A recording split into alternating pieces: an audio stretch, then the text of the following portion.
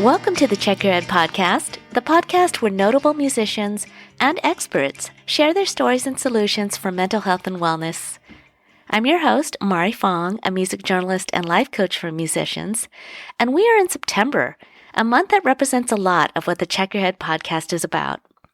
September is National Suicide Prevention Month, but it's also National Recovery Month, National Self-Care Awareness Month, and National Self-Improvement Month, which leads us to our featured musical guest, who seems to touch on all those things. Today's guest is a rising singer-songwriter, born in the Philippines, but grew up in a tough, crime-filled neighborhood in Sydney, Australia, with a painful childhood caused by an ugly divorce between his parents. Pouring anger and sadness into his music, Cap Carter wrote his single Relapse as he struggled with addiction and depression, a song that he wrote to end his life, but actually ended up saving his life. Cap Carter will share his solutions for recovery, and we'll play a clip of Relapse at the end of our episode. Next, we have a mental health expert who speaks on the topic of loneliness. Loneliness that we could feel during dark times, loneliness that could happen on tour, and loneliness experienced during this pandemic. Today's expert is Kat Moore, who built a career on teaching others how to make lasting friendships and is USC's first Director of Belonging. Kat guides us on how to make these lasting connections, along with the 5 things we can all do to create meaningful relationships. But first, let's hear singer-songwriter Cap Carter share his story. You were born in the Philippines, but you grew up in Sydney, Australia, and you dropped your single Relapse. With Relapse, you said you wrote that during one of the darkest periods of your life, and you said the song was almost like an exit song. Now, what did you mean by that, an exit song? I meant that in the way of that I couldn't see a way out, struggling with depression. I'd just come off a pretty bad band breakup, and I had, now looking back, delusions of grandeur with the band and thinking that, hey, we could make it. And then the band broke up, my life fell apart. I took it as the universe's way of saying, you're done. You're done with music, something that I've been chasing for the last 15 years. And I took it to heart. I took it really bad, went to a dark space. So I wrote this song, Relapse, really as a way of saying, this is it, struggling with the ideation of suicide at the time. And it was supposed to be my last song. Really? Yeah. So that was like almost a goodbye note or something, or? Yeah. It's quite heavy.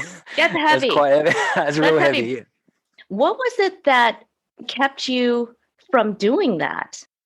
Looking back at the time, I had a friend reach out, a friend who did not know what I was going through.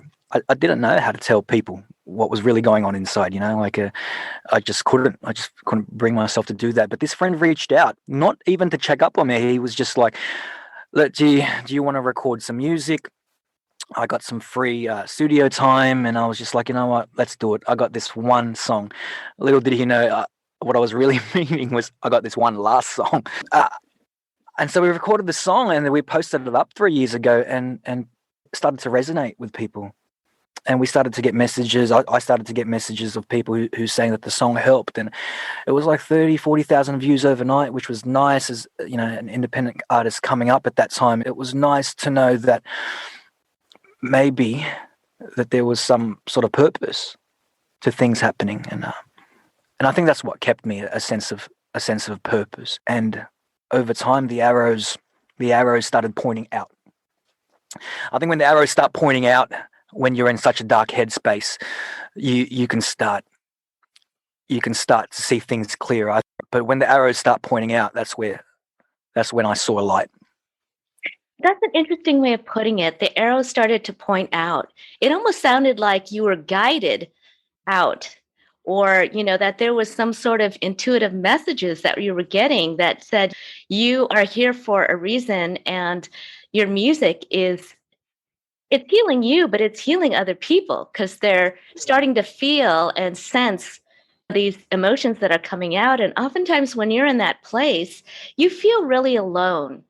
So what was it that you feel was sort of guiding you? The backstory to this is that my mum actually taught me to love music at a young age in the Philippines and then growing up in Sydney. But her and dad had this ugly divorce, and it just put a lot of insecurity in my life. So music for me is very much intertwined with mum.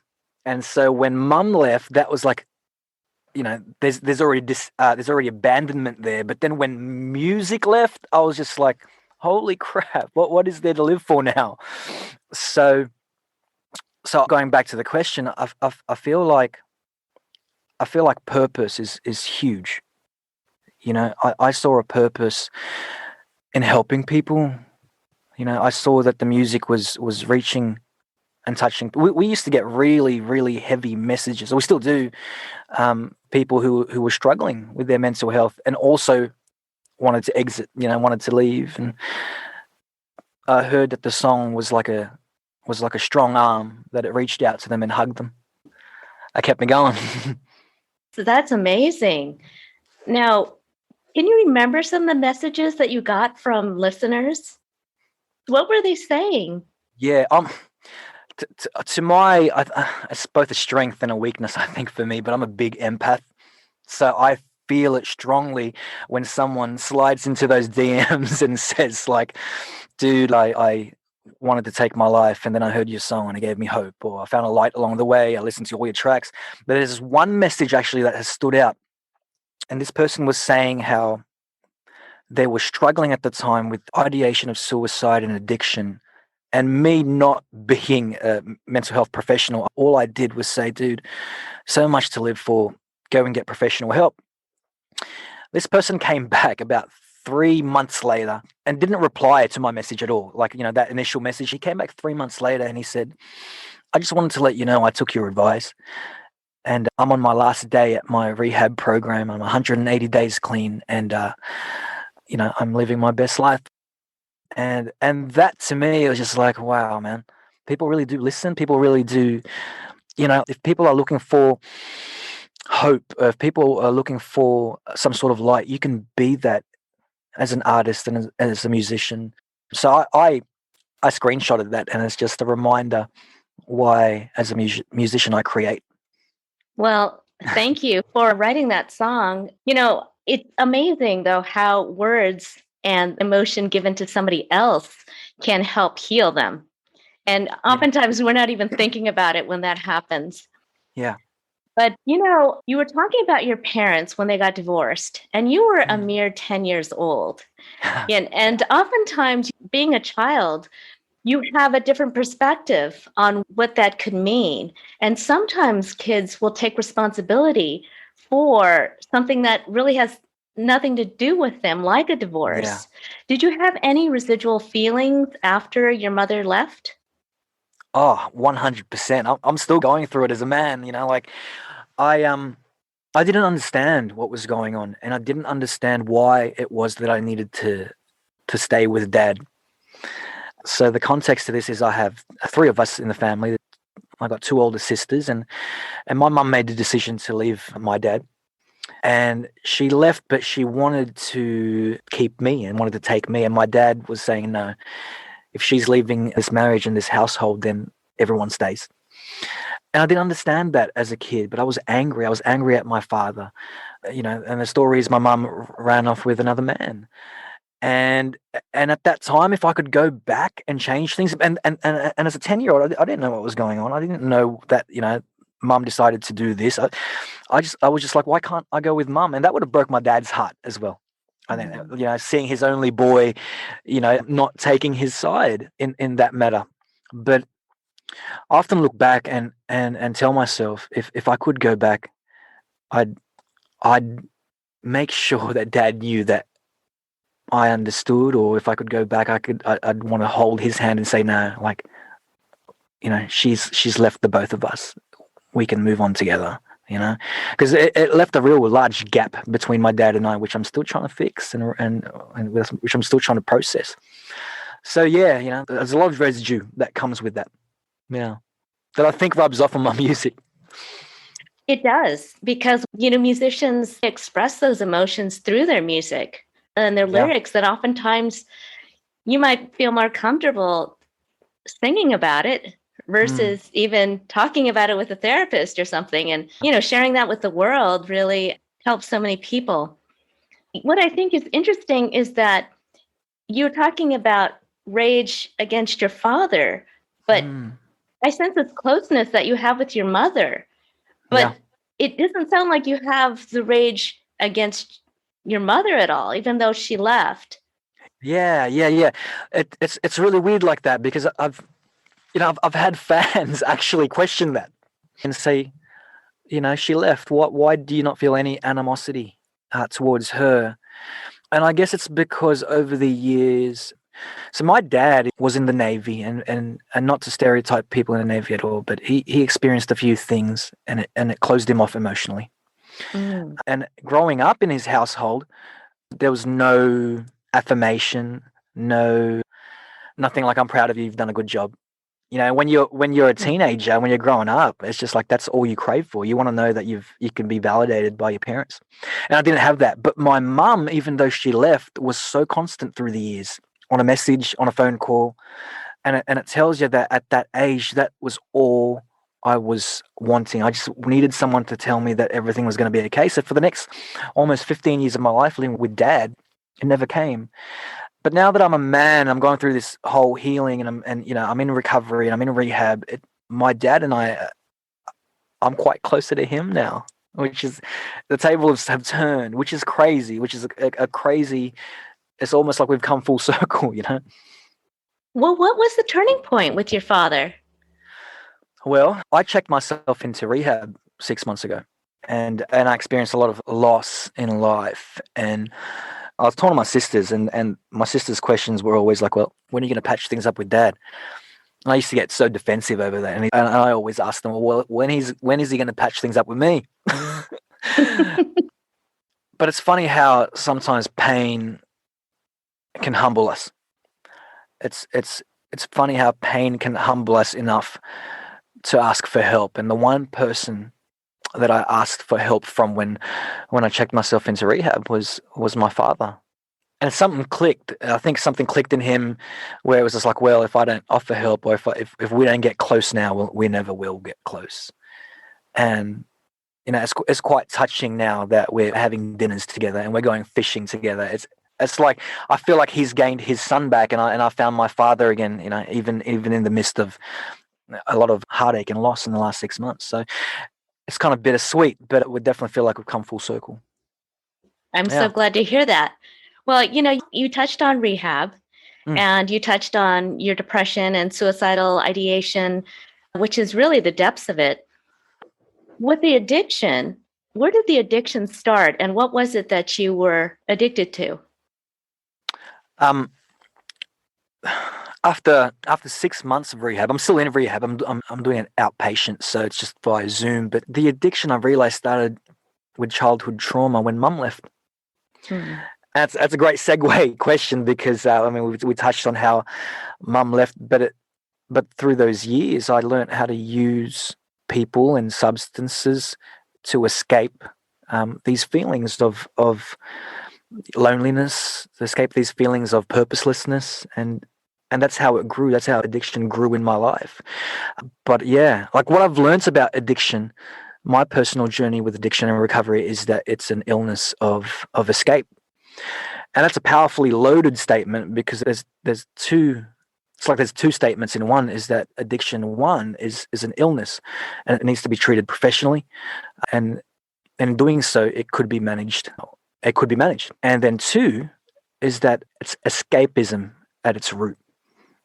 You're not just running to using, but you're running from something. So I've learned that over the last 6 months, that I've been running from trauma almost my whole life. Just crazy. Well, first of all, you are very brave to talk about this as you're going through your process in the rehab, because it's still really fresh to you.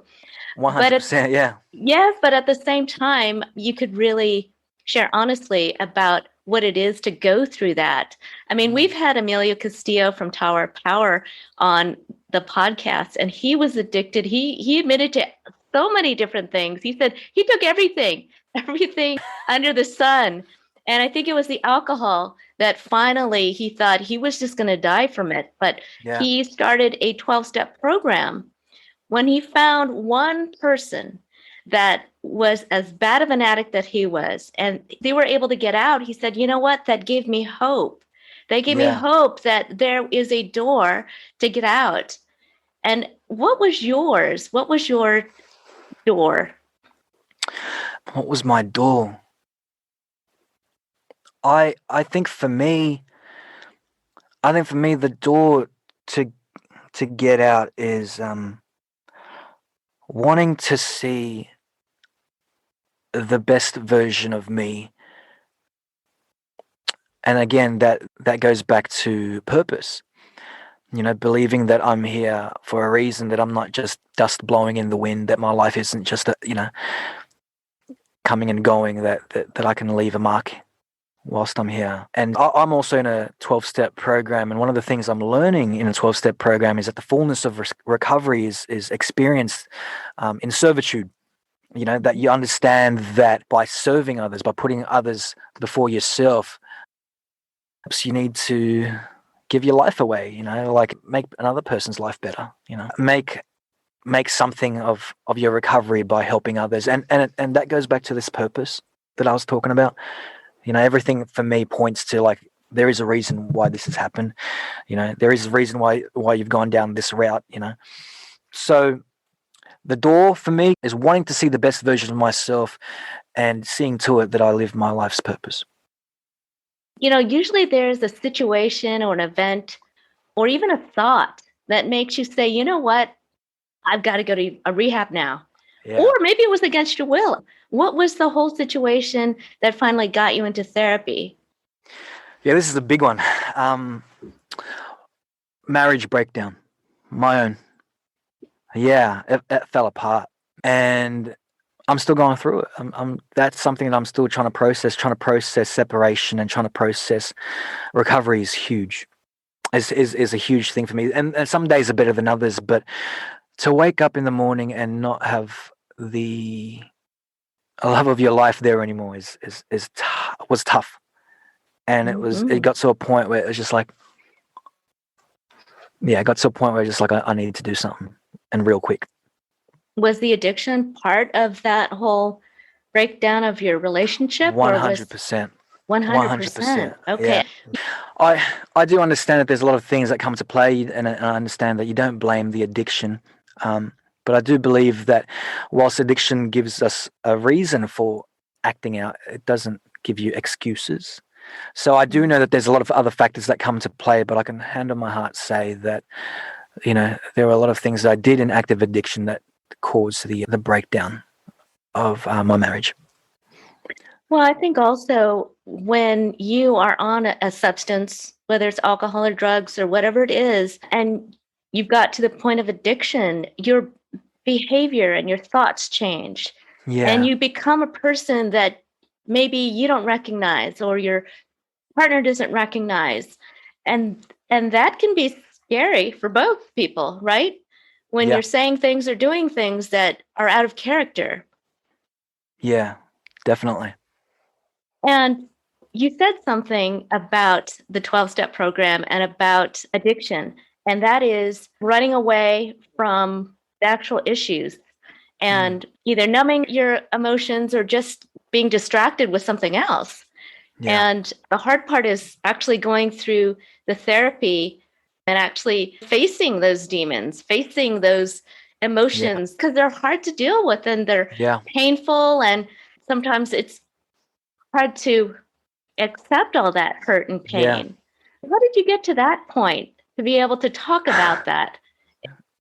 I've been to enough 12-step meetings now, and I was doing almost 6 days of therapy and rehab a week. You know, in the first 3 months, it was full on. It was just like to have run away from the feelings of childhood trauma, abandonment, depression, anxiety, to have shut that out for the last 15 years, and then now to be like, all right, I'm gonna feel all of you.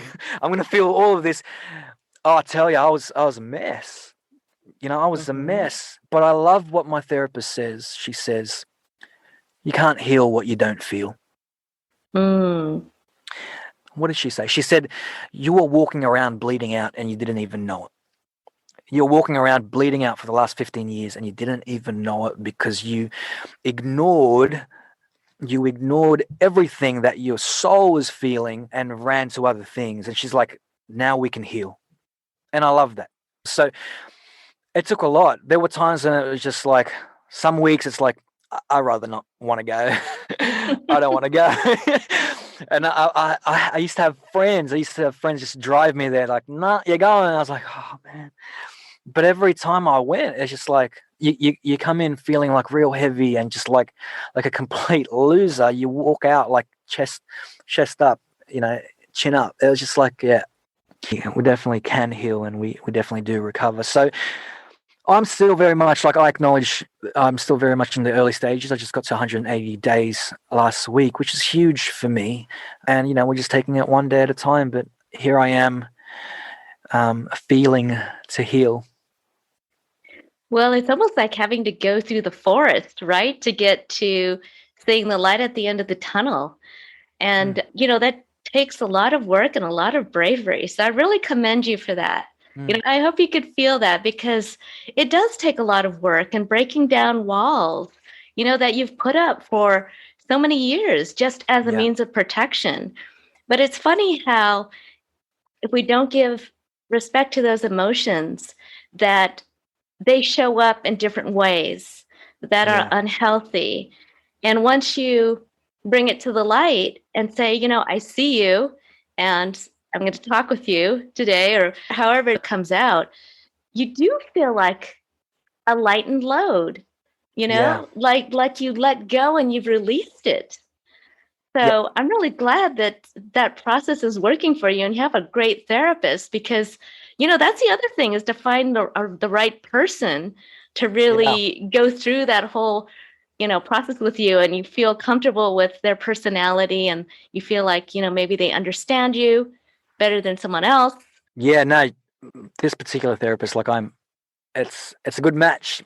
She really calls me out on stuff like that she needs to call me out, walking out. And but like I think a lot of therapy for me is having to accept that every day that I'm here because I need help. I'm here because it's become unmanageable. I'm here because I need someone to give me the right tools to manage this thing. So because I've remained teachable, I think I've gotten the most out of it. On top of your childhood and the turbulence there, you said that you also grew up in a kind of a rough neighborhood in Sydney, Australia.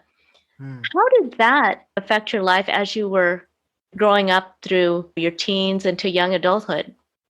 Yeah, it's funny, hey, because when you think of Sydney, Australia, you think, how tough can that neighborhood be? Like beaches, kangaroos. It was really tough, actually. It was really tough because at that time when Mum left, we couldn't afford the house anymore, so we moved to a really rundown neighborhood, and at that time, it was the the number one place for crime and just for a lot of bad things to happen, and it was tough growing up. I remember being in high school. There were a lot of gangs in that area, and I remember being in high school, and we were forced to carry weapons, like in our uniform. And get this, it was a private school. It was a private school at the time, but we had this uniform. We had jackets and and we used to hide like little weapons, like shanks, like under our. Oh. And because it got really tough, you couldn't go home without being mugged. You couldn't go home without like someone stealing something off you, or like, And so it got that tough. Plus, at that time, I was still trying to process Mum leaving. So I grew up an angry kid, but beneath and underneath all that anger was a kid that was just hurting. And I often tell the story to fans that message, and the message they're like, why is it that you sing like that, or is it that your voice is like that. And I tell them the story of how I grew up in a really rough neighborhood where all my friends were influenced by hip hop music, and I really got into hip hop and gangster rap because we were all angry. But at that time, all I was listening to was the music that Mum loved. I was angry in a different way. I was listening to Whitney Houston and Joni Mitchell on my Discman and MP3 players because I was hurting because Mum left. So that neighborhood and that area that I grew up in actually really formed a lot of my music. Mm. I saw the beautiful tattoos that you have on your arm, but I could see where in a tough neighborhood that could make you look tougher, you know? Yeah. My first tattoo was 13, and I did that because I was angry at Dad. And he didn't find out about that tattoo until I was 21. I was walking around the house like with a singlet on. And at that time, I'd become so good at hiding that tattoo that I didn't even notice it was there. And he was like, "What's that?" And I was like, "Oh, it's a tattoo." He's like, and then he got angry. He's like, "When did you get that?" I was like, "Oh, almost 8 years ago." What was the tattoo? Oh, it's just a cross on my back. Well, I saw on your YouTube, Yeah. and I thought it was really great to see you singing with your mom, and Yeah. also the encouragement and the happiness of Yeah. her seeing you finally getting to where you've wanted to go, and the fact that you share that love of music and something that you feel so deep inside is connected through your mom. And she Yeah. was a professional DJ, which She I think is was. really a cool thing Yeah. for a Filipino mom to do the DJ thing, because it's not Yeah. really expected. Yeah. I mean, I'm half Japanese and half Chinese, and I know from my experience, things like music or entertainment is usually not encouraged in Yeah. the Asian culture. Oh, like I thought it was really cool, but I, I was It is asking her, cool. I was asking her for photos, but there was this one photo where she was carrying me on her lap and she was actually putting the label on her mixtape. And I was just like, this is cool. This is going to be an album cover one day. But that's how she met my father. My father, there was like a disco in town and she was the DJ at the disco. Really? Yeah. Oh, that's sweet. Well, one thing you said about your songwriting, you wrote that I write to stop the bleeding, sometimes to quiet the voices. Yeah. And I was wondering what kind of voices were in your head that you wanted to silence? Insecurity, doubt, a lot of doubt. Because my love for music is so closely tied to Mum, I think I also feel the same way about music, that, wow, this is really big for me to say, but I feel like music's gonna leave one day because it's so closely tied to Mum, that there's a part of me that feels like the moment is fleeting, that the moment is passing, that it's something that I can't quite grasp. And in many ways, I'm still sort of grappling with that because I feel like that brings about the doubt. Oh, what if I never make it? Or what if I can't live off this? Or what if I can't do this? And so I wanted to silence those voices that, I can just write because I love it. I don't need to prove a point to anyone. I just write and sing because I love it. So, when I say I'm quieting the voices, it's a lot of voices that are of insecurity and self-doubt. Yeah, that's definitely a very honest emotion, especially when you're so motivated to be this wonderful singer-songwriter. Well, now that you're on this better, healthier path, you're sort of a work in progress, and you see this great light at the end of the tunnel. How do you want to spend the next chapter of your life? Well, without planning too far ahead, I've actually booked myself a little holiday to celebrate 180 days clean, and I'm just going by myself. My friends are like, "That's weird." I was like, "Is it though?" Like it's I'm just celebrating me. It's a little area in Australia called Tasmania, and I've literally just booked a 4-wheel drive, and I'm doing a 5-day road trip, and it's just me soul searching, and it's just me just, I guess, celebrating. And I guess it's my way of saying, hey, you can draw validation from within. You don't need to run. You can live your best life without using. Like, And so when you think about the next chapter of my life, that's the person I want to be. I want to be able to experience life in its full through the lens of recovery. Well, that's a really good example, sort of giving yourself credit for the work that you've done.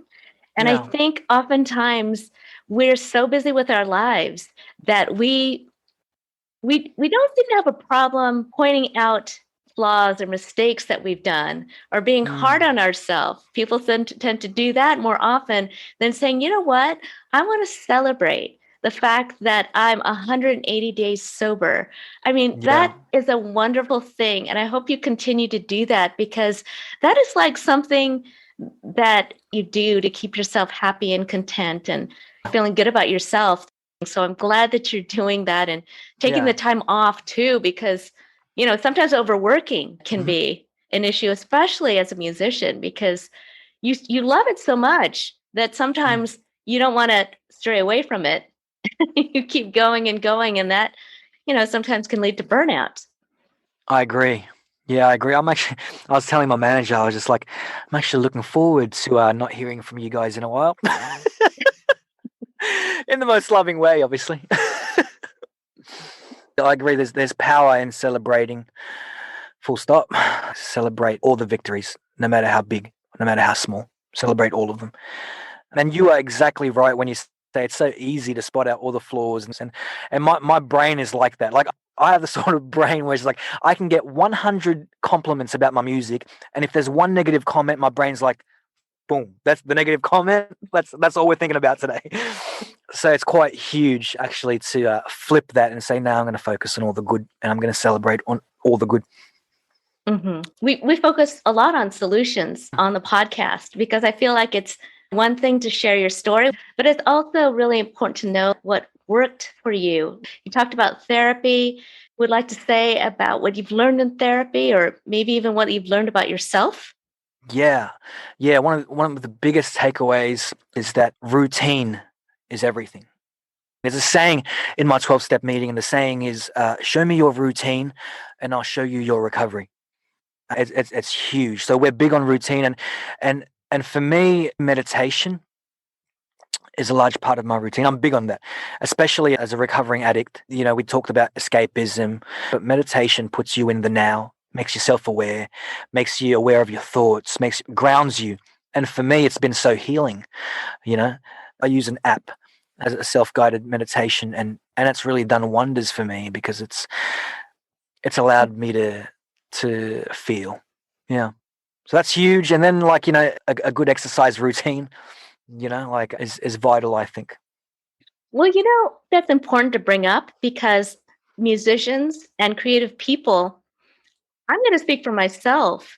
I mean, I grew up in a creative household, and we did not have a lot of routine. And establishing these routines, once you get down good routines that are healthy for you, it starts to become just part of your life. And you don't have to think about it as much. Yes. And you talked about an app. Now, I want to know what the app is, because on checkyourheadpodcast.com, we have organizations, apps, clinics, all free and affordable. So when people do get into trouble and they want to find a solution, they can go on the website and just try different things. So what is this great app that you are using? Yeah, I use an app called Headspace. So I'm on that like every day. I'm on that every morning and every evening, and it's just part of the routine. They have courses on that you do. You can do single meditations or courses that last for 30 days or what have you. But I'm on one course in the evening that it's a 5-minute gratitude meditation, practicing gratitude before I sleep, which has really, really helped. And then I have another course that I do in the morning, but it's worked wonders, yeah. Really? Okay. Is there anything else that you would like to say about mental health or about your music? Yeah, that we do recover, and there's not, how do I phrase this? Don't look for the light at the end of the tunnel. You can find the light within. Yeah. Next up, we have a leader on how to make friends and lasting connections, even during this pandemic. Our featured mental health expert is Kat Moore, USC's Director of Belonging, who will show us how to feel like we belong wherever we go. As someone who admits to have felt lonely the first 24 years of her life, Kat shares how a shy, introverted person can live a more friendly and social life.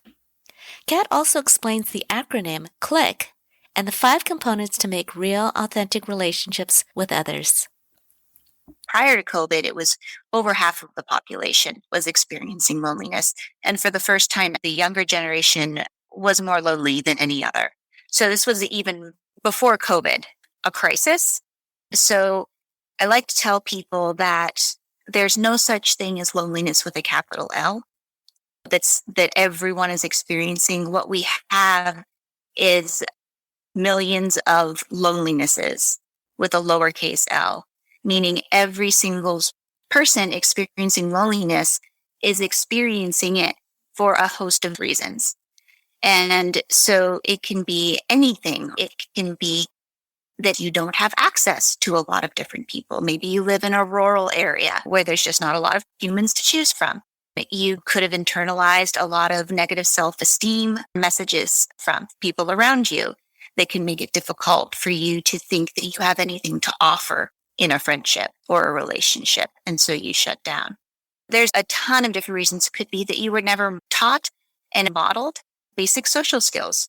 So there's a lot of different reasons people are experiencing loneliness, but we still know that we're all wired to connect and that meaningful connection is the number one predictor of our well-being across the lifespan. So how do we think about the really tiny details of each of our lives to see where we can start making meaningful connections where we are? And there's another concept called weak ties. And these are relationships that aren't necessarily like your best friend or your soulmate, but they're just people that you can say hi to and be friendly with. Those weak tie relationships that you can form in one day in a new city or while traveling, those still register as positive and meaningful and have an impact on you. So it's not like either talk with your best friend or talk with no one. There's a huge variety of relationships that are possible and that enrich both people's lives. You know, a lot of musicians, no matter how much they run around on stage and break guitars and all those crazy stuff, a lot of them are very introverted.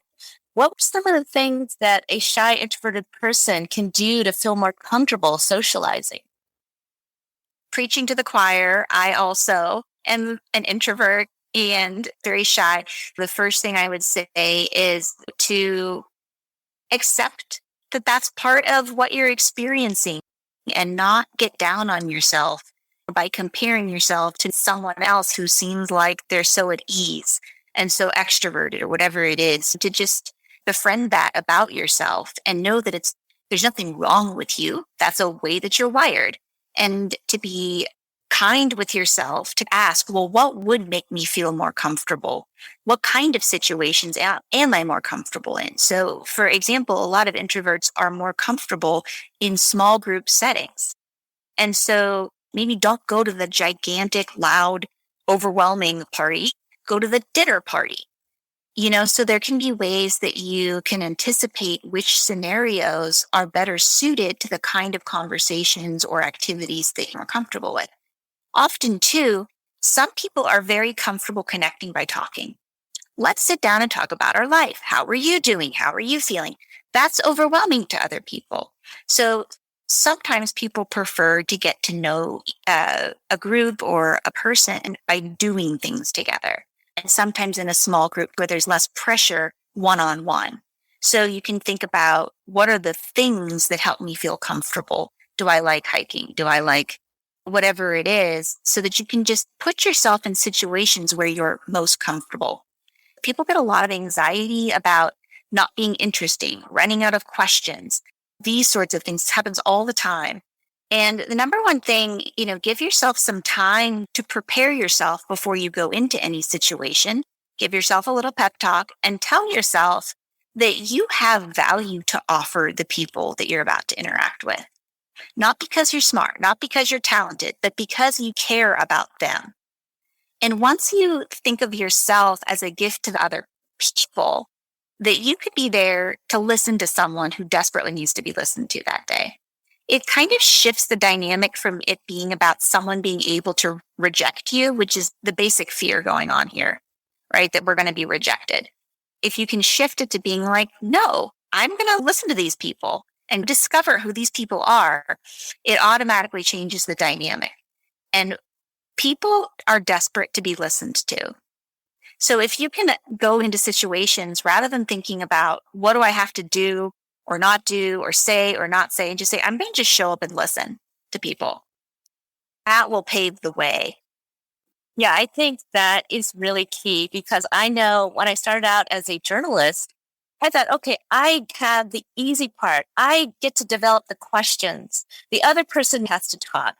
And it's the same with a conversation, right? It's like if you focus your questions on the other person, they say that person will go away more than likely feeling like they had a wonderful conversation with you. Because there's 100%. yeah, there is this great feeling about, okay, wow, this person is interested in me and they want to get to know who I am. You also have something called the CLICK class. Can you tell me what that stands for? So CLICK is an acronym that stands for the 5 dimensions of making meaningful relationships. So you got to have each one of these in place if you're trying to forge meaningful relationships in your life. So connecting as we are, authentically and in our real lives, listening first, investigating with curiosity, communicating kindness, and keeping in touch. So those are the elements that go into creating deep and meaningful relationships, whether they're friendships or with neighbors or coworkers. And so I created 5-week workshops where people experiencing loneliness and disconnection, now on Zoom, it had been in person. So I get 18-year-olds to 55-year-olds, and we're essentially sitting in a circle on Zoom, and we're sharing our social stories. What was friendship like for you growing up? What are your obstacles? What are your hopes? What are you looking for in a friend? What's really hard about this?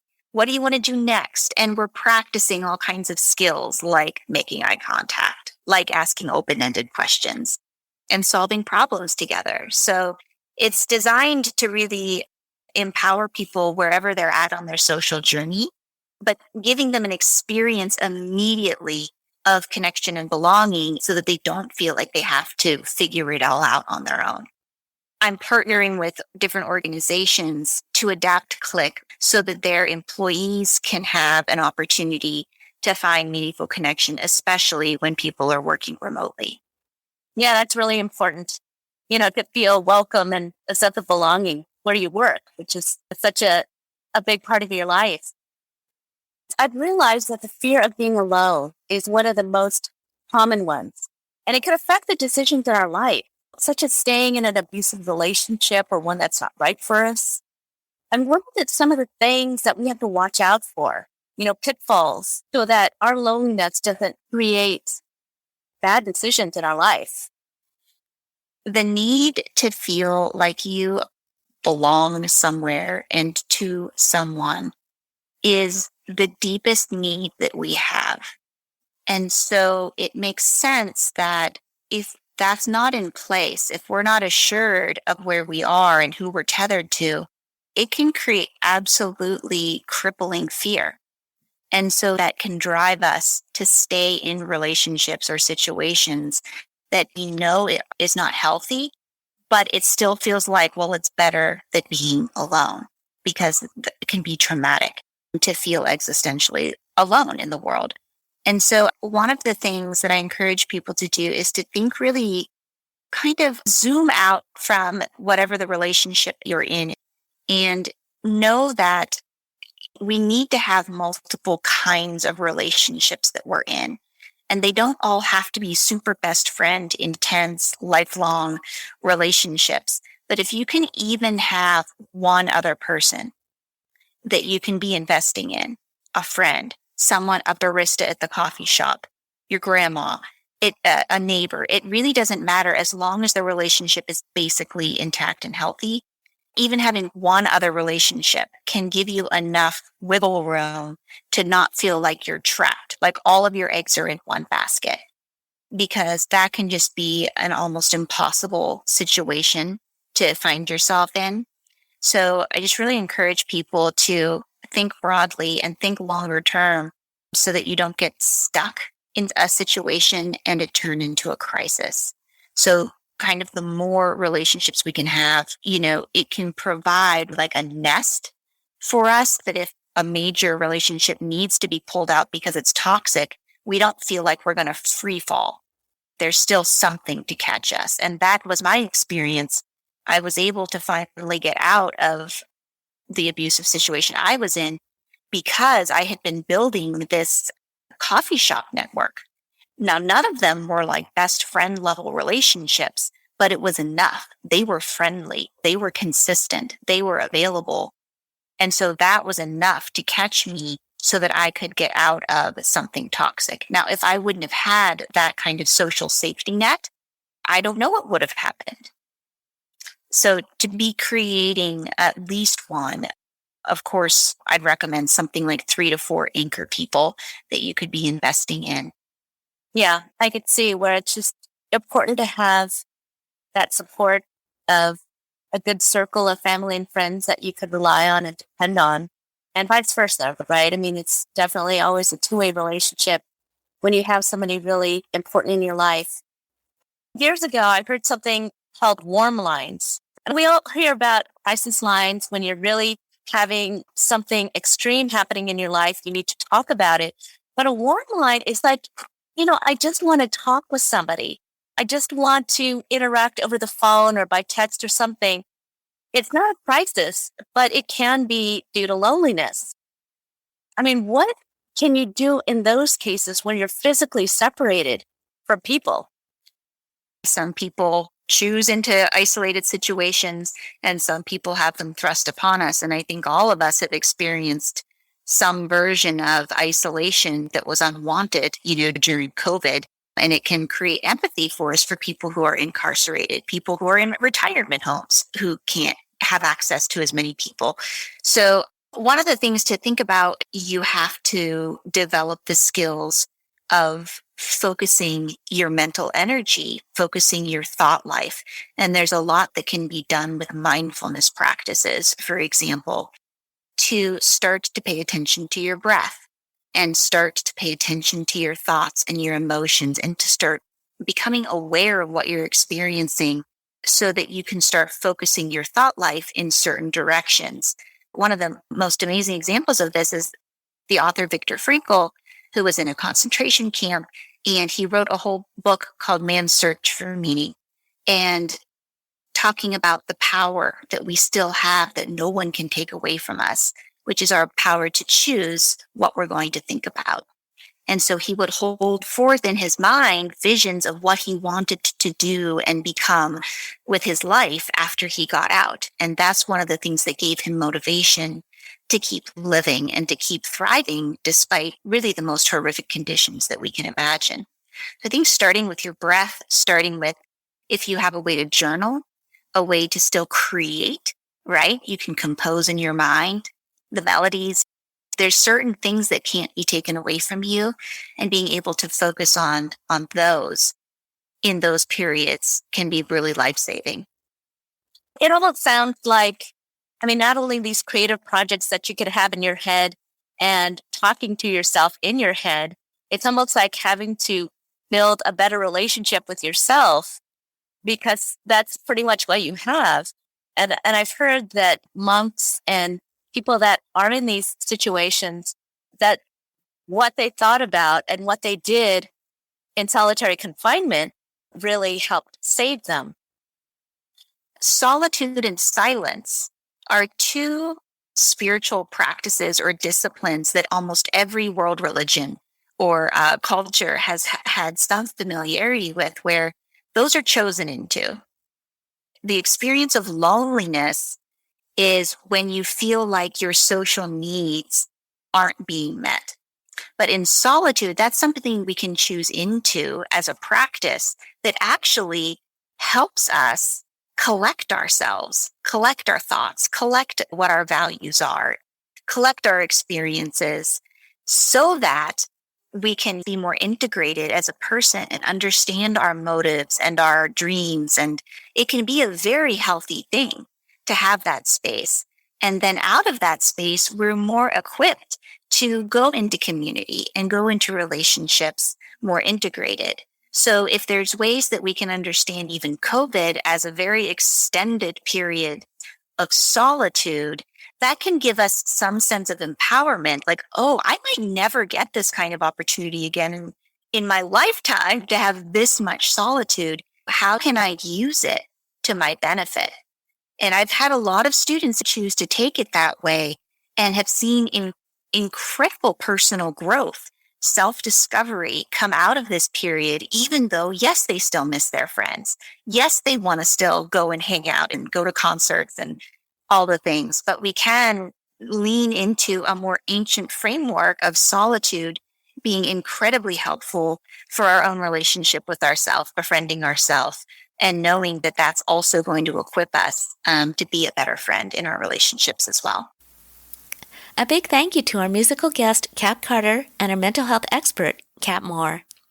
For more information on Cap Carter, visit capcarter.com and follow Cap on his socials at Cap Carter and at CapXCarter, and stay tuned for a clip of Cap Carter's single Relapse at the end of our episode. For more information on Cat Moore, visit cat-moore.com and follow Cat on Facebook at CatMoreBelonging and Instagram at cat_more_. Visit checkyourheadpodcast.com to find more mental health solutions and follow us on our socials at Check Your Head Podcast. So until next time, be brave, ask for help, and be persistent in finding the mental help that you need. You're the only drug I've ever known to leave me shackled up and bound. Baby girl, I'm coming down. Oh, baby, I've been struggling at night to lay my head down. Got these demons in my head, I just can't shake now. Never thought I'd be the one to set the same trance. Baby, since you left, I think I'm gonna relapse. Check Your Head Podcast is kindly supported and partnered with Sweet Relief Musicians Fund, DBSA San Gabriel Valley, Earshot Media, and Lemon Tree Studios in Los Angeles. Visit checkyourheadpodcast.com, where we have over 100 solutions for mental help. Be our friends on social media at Check Your Head Podcast. Watch us on YouTube and support us with a kind donation on checkyourheadpodcast.com. Check Your Head Podcast is sponsored by a 501c3 nonprofit, with all donations being tax deductible. Thank you for your support, and thank you for listening.